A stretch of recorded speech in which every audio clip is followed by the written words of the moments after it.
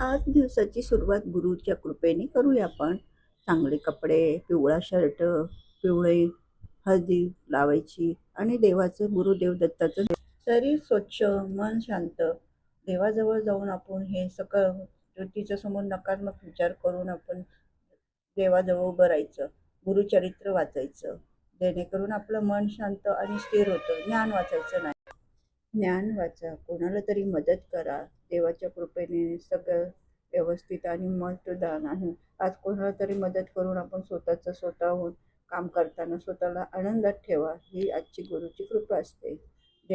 आज कोणाला तरी मदत करून आपण स्वतःच्या कामात मदत करायची. स्वतः मन एकाग्र करून स्वतःला संयम ठेवून स्वतःला गुरु पाहत बसून गुरुचरित्र वाचायचे. जेणेकरून आपलं संध्याकाळी दिवा ज्योत लावून देवासमोर उभं राहून कृतज्ञते आव्हान करून देवाला लावून आपण संध्याकाळी देवाजवळ.